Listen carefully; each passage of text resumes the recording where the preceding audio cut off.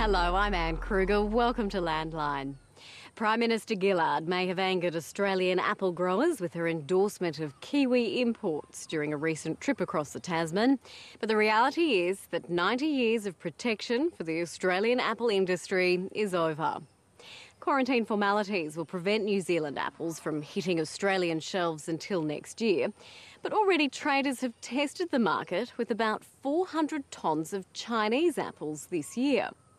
While they've had little impact on prices inflated by a general shortage, apple industry observers say the trickle of free trade fruit is likely to become a flood within 2 years.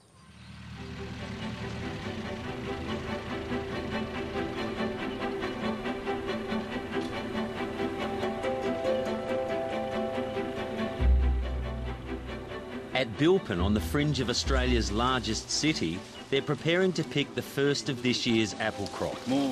Most of the fruit will be up the top, but have a look underneath. Orchardist Joe Saliba is training some new pickers, and at about $150 a day for each one, labour is one of his biggest costs.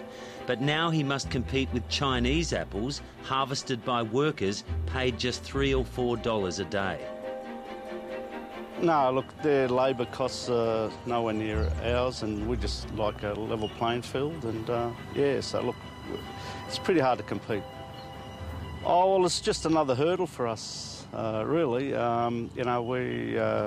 We feel we've got one of the cleanest industries in the world, and we like to keep it that way, from pests and diseases and that type of thing. So, it is a concern, and,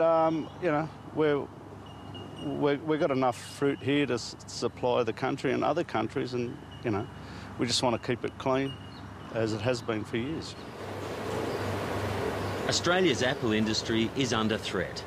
New Zealand's successful World Trade Challenge to local quarantine regulations has ended 90 years of protection. This year, it's Chinese apple imports, but Kiwi and American fruit is also likely to hit the market in the next 2 years.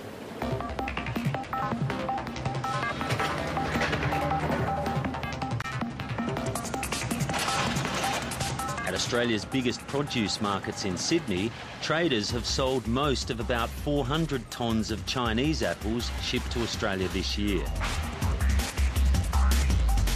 Last year's season was a little bit light on, and we didn't have the quantity to carry through to the month of February in quantity, and apples were getting a little bit too high in price, so we felt that there's a window there of 6 to 8 weeks where we can bring Chinese apples in and will not affect the Australian product. Fruit trader Cos Cremona says the reality is that in a global market, imports are here to stay. As you can see, the quality is excellent. You can't bring rubbish into the country. You've got to bring top quality product. And this is the product here, and reasonably priced. Can you understand why some growers, say there's no loyalty in commerce? No, well, look, I understand the issues of the grower. Naturally, they want to protect their own product, which is fine. But in saying that, I think there's a window, an opportunity that we can import product from other countries, which we have been doing for a long time, the likes of citrus, kiwi fruit, and will not affect our local market, our local produce, and maintain a reasonable price for the consumer. Look, it's been a hard couple of years with the drought-affected areas around Australia. We have had a shortfall. This might be the excuse they're using this year, but I think the Australian public has woken up. They've seen the fruit around. It's not up to standard, to Australian standard, the quality of the eating, and we don't know the background of the growing conditions. Paul Barsom runs FHG Rogers, Australia's longest-running apple wholesaler and marketer. He says he won't sell Chinese apples out of loyalty to his growers. Oh, look, yeah, but I think you've got to look at, the objective of where we're heading with these imports, and do we stand alone and say, OK, we support our Australian-based growers. They've been with us for generations. Do we really need to, consume a product for over a 2-week period? We've got other quality products like stone fruit available, Tasmanian cherries, to fill the gap till new season apples come along. So I don't think we need to know. Already, biosecurity concerns have been raised about the Chinese imports. New South Wales Farmers Association's horticulture chairman Peter Darley says this damaged fruit failed the quarantine inspection system. These are 2 apples that were taken out of a box of Chinese apples, and we explained at the Senate inquiry that if there was a damaged apple to come into this country, there is the possibility that that apple could be also already infected by the Asian fruit fly, vinegar fly, coming out of there. And they said that in the inspection service in China, there would be no blemished fruit whatsoever or marked skin fruit. Coles and Woolworths account for about 2/3 of all the apples sold in Australia, and they say they won't be selling any of the Chinese apples. Well, it's incredibly important to the Australian industry and our own family, who we've had terrific support from both the major retailers. Both Woolworths and Coles have publicly stated that they're not going to take imported product apples whilst it's available in Australia, and we thank them for that as an industry, and their support has just been fantastic for us. Scott Montague's family owns one of Australia's biggest vertically integrated apple enterprises, with growers in 3 states. Both Mr Montague and Apple and Pear Australia's Chief Executive John Durham believe the impact of Chinese and other imports will be much greater next year and beyond. Well, we have Montague Group within ourselves have probably 40 to 50 growers on which we handle. The industry is very nervous about any reinvestment within the industry, turning over their older varieties into new varieties, new styles of planting, new higher producing plantings. They're very nervous about spending that money in this industry, not knowing where we're going to sit with the possible imports. There's certainly a consumer backlash in Australia against Chinese apples. We can see that already by just some of the comment that's been made publicly and the awareness.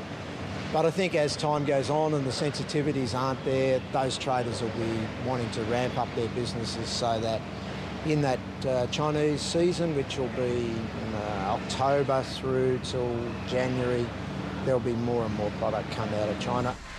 John Durham says the greater risk to Australia's industry will come from apples grown in New Zealand and the US to first world standards.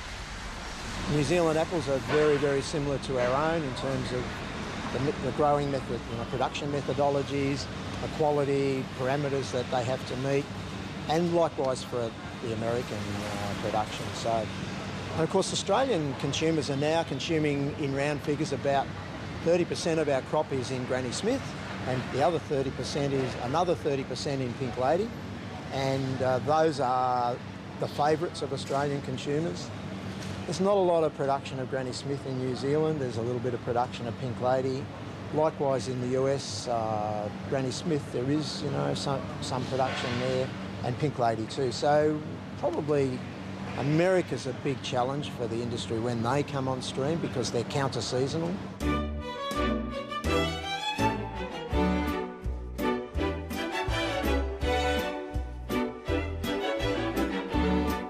Australia's apple industry has been contracting for the last 20 years, and at Bilpin, when these pictures were taken, there were about 80 commercial growers. Today, there are only 4 selling fruit through the Sydney markets. The terms of trade for many orchards has declined steadily over the last 20 years, and increasingly orcharding is becoming a high turnover, low margin business. Can the industry still be competitive now in the face of cheap imports from China? I think in Bilpin, there's always going to be opportunities to actually sell directly to the public. Bilpin's in a unique situation because it's so close to Sydney. It's within an hour's 40 minutes drive of Sydney, which is 20% of Australian population. Peter Malcolm has been the District Horticulture Officer for the Sydney Basin for most of the last 20 years. He says clever growers such as Joe Saliba are using new densely planted dwarf rootstock to stay competitive. He's getting very good yields. He's probably expecting close to 45, 50 tonnes per hectare. I think this is his 3rd crop. So growers like Joe have actually demonstrating that they can survive, but increasingly they are finding it hard too because their margins are being squeezed.